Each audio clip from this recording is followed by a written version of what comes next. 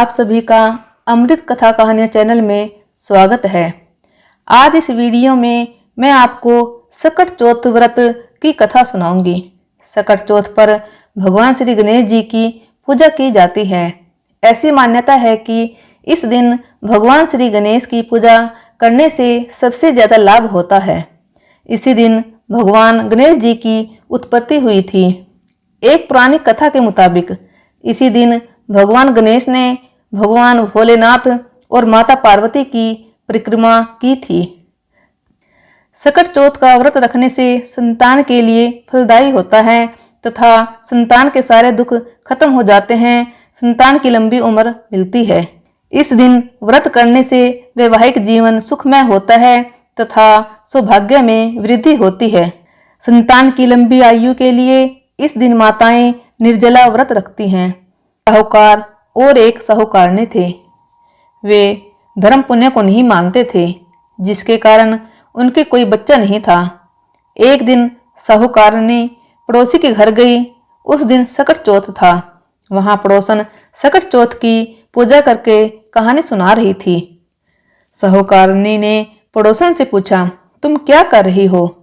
तब पड़ोसन बोली कि आज चौथ का व्रत है, इसलिए कहानी सुना रही हूं। तब साहूकारनी बोली, चौथ के व्रत करने से क्या होता है?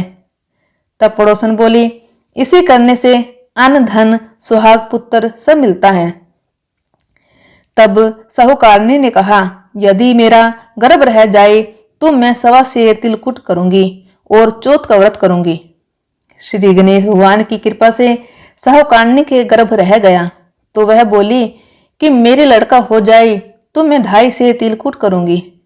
कुछ दिन बाद उसके लड़का हो गया तो वह बोली कि हे चौथ भगवान, मेरे बेटे का विवाह हो जाए तो 5.25 सेर का तिलकुट करूंगी।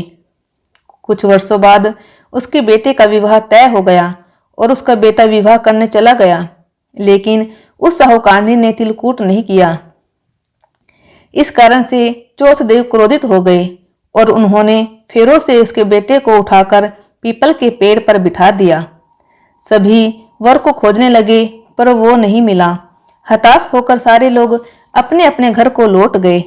इधर जिस लड़की से साहूकारनी के लड़के का विवाह होने वाला था, वह अपनी सहेलियों के साथ गणगौर पूजने के लिए जंगल में दूब लेने गई। तभी रास्ते में पीपल के पेड़ से आवाज आई, ओ मेरी अर्धब्याही।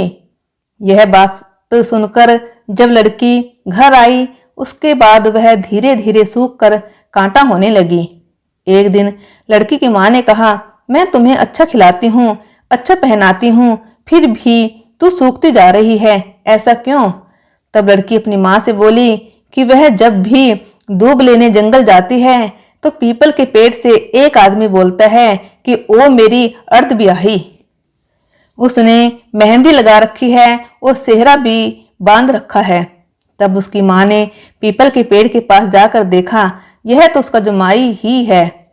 तब उसकी मां ने जमाई से कहा, यहाँ क्यों बैठे हैं? मेरी बेटी तो अर्धब्याही कर दी और अब क्या लोगे? साहूकारनी का बेटा बोला, मेरी मां ने चौथ का तिलकुट बोला था लेकिन नहीं किया, इसलिए चौथ माता ने नाराज होकर यहाँ बैठा दिया। यह सुनकर उस लड़की की मां साहूकारनी के घर गई और उससे पूछा कि तुमने सकट चौथ पर कुछ बोला है क्या? तब साहूकारनी बोली, तिलकुट बोला था। उसके बाद साहूकारनी बोली, मेरा बेटा घर आ जाए तो 2.5 मन का तिलकुट करूंगी। इससे श्री गणेश भगवान प्रसन्न हो गए और उसके बेटे को फेरों में लाकर बैठा दिया। बेटे का विवाह धूमधाम से हो गया। जब साहूकारनी के बेटा व बहू घर आ गए तब साहूकारनी ने 2.5 मन तिलकुट किया और बोली, हे चौथ देव, आपके आशीर्वाद से मेरा बेटा बहू घर आए हैं, जिससे मैं हमेशा तिलकुट करके व्रत करूंगी। इसके बाद सारे नगर वासियों ने तिलकुट के साथ सकट व्रत करना प्रारंभ कर दिया। हे सकट चौथ, जिस तरह साहूकारनी को बेटे बहू से मिलवाया, वैसे ही हम सबको मिलवाना। इस कथा को कहने सुनने वालों का भला करना। बोलो सकट चौथ की जय। श्री गणेश देव की जय।